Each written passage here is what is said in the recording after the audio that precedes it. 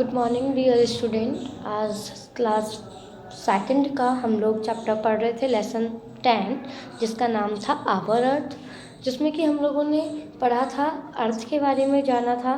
फिर हमने अपने लैंडफॉर्म्स, हमारी पृथ्वी की लैंडफॉर्म्स के बारे में जाना था, फिर प्लेन्स के बारे में जाना था, फिर हिल्स एंड माउंटेन्स के बारे में जाना था, है ना। तो हमने पढ़ा था कि जो हमारी पृथ्वी से जो थोड़ा उठा हुआ जो भाग होता है उन्हें हम हिल्स बोलते हैं, लेकिन जो बहुत हाई हिल्स रहती है, बहुत ऊंची ऊंची रहती हैं, उन्हें हम लोग पहाड़ बोलते हैं। ठीक है, पहाड़ियाँ और पहाड़ों के बारे में हमने पढ़ा था। ठीक है, फिर हमने पढ़ा था कि जो ये माउंटेन्स में क्या होती है, ऊपर की पीक होती है यानी चोटी होती है। ठीक है, जो माउंटेन्स ज़्यादातर ये कैसे ठंडे रहते हैं, है ना, इन पे हमेशा स्नोफॉल होता है ना, हमेशा जो इनकी चोटी होती है वो बर्फ़ से ढकी रहती है। ठीक है, ये सारी बातें हमने अपनी प्रीवियस वीडियो में पढ़ी थी। तो आज हम वैली के बारे में, वैली का मतलब होता है घाटी। क्या होता है? घाटी। वैली मीन्स घाटी। जैसे एक पहाड़ी है, एक पहाड़ी, इसके बीच की जो जगह, यानी एक पहाड़ी है, एक पहाड़ी है, इसकी जो ये बीच की जो जगह है ना, दो पहाड़ों के बीच की जो जगह होती है उसको हम लोग वैली बोलते हैं, है ना। Valleys are the low lands between the hills और माउंटेन, चाहे टू हिल्स हो चाहे टू माउंटेन्स हो, उनके बीच का जो जगह होती है, जो जहाँ होता है, उसको हम लोग वैली यानी घाटी कहते हैं। They usually have rivers flowing through them, इनसे या तो रिवर्स निकलती हैं यानी रिवर्स नदियाँ बहती हैं। Crops can grow in valley, या तो वैलीज़ में क्रॉप्स यानी फसलें भी की जाती हैं, है ना। उनमें जो वैली जो जहाँ होती है, खाली जहाँ होती है, वहाँ पे लोग फसल भी कर लेते हैं। थिक फॉरेस्ट में बी फाउंड इन वैली, ज़्यादातर आप देखेंगे जो दो पहाड़ों के बीच की जो जहाँ होती है ना वैली में, वहाँ पे बहुत घने घने आपको क्या जंगल दिखाई देते हैं, है ना, बहुत घने होते हैं, उनमें बहुत सारी झाड़ियाँ देखने के लिए मिलती हैं। इन इंडिया द कश्मीर, हमारे भारत में कश्मीर में जो वैली है वो हमारे बहुत ही ज़्यादा बहुत सुंदर है, बहुत ही ब्यूटीफुल है हमारे इंडिया की। ठीक है, प्लेट्यू मीन्स होते हैं पठार। प्लेट्यू मीन्स क्या होते हैं? पठार।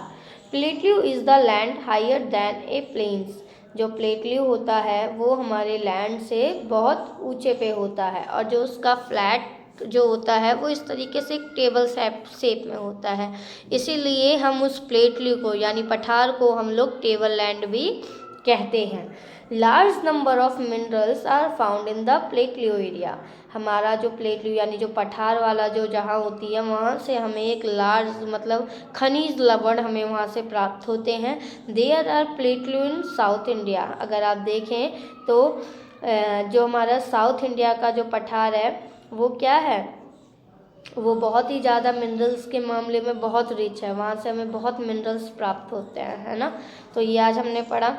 ठीक है, अब देखते हैं डेजर्ट। डेजर्ट मीन्स क्या होता है? रेगिस्तान। Desert are the part of land that are dry and covered with sand, जो डेजर्ट है वो एक ऐसी जगह होती है, एक ऐसा लैंड है जो बहुत ड्राई यानी सूखा रहता है और कवर्ड रहता है किससे? बालू से। There is security of water in desert, वहाँ पे क्या होता है? पानी की मात्रा क्या कम होती है। Very few trees grow in a desert, वहाँ पे क्या जो डेजर्ट में जो पेड़ पौधे होते हैं वो भी बहुत कम होते हैं। कैक्टस जो है, cactus is an important plant of the desert, cactus जो है वो डेजर्ट का एक बहुत ही इम्पॉर्टेंट प्लांट है। क्यों? क्योंकि भाई वहाँ पे पानी की कमी होती है, जिसके कारण वहाँ के पेड़ पौधे पलते नहीं हैं, वो बिल्कुल छोटे छोटे से रह जाते हैं और कांटेदार दिखाई पड़ते हैं। Camel is a useful animal for travelling in desert, भाई कैमल वहाँ के माहौल के हिसाब से कैमल ने अपने आप को ढाल रखा है, तो इसीलिए कैमल को शिप ऑफ द डेजर्ट भी कहा जाता है ना।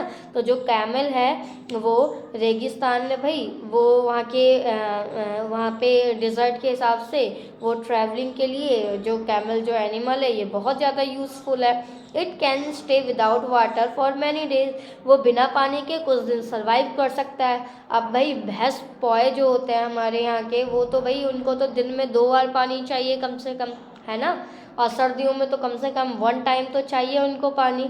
लेकिन जो ऊँट होता है, जो कैमल होता है, वो 1-2 दिन तक बिना पानी के स्टे यानी बिना पानी के वो रह सकता है।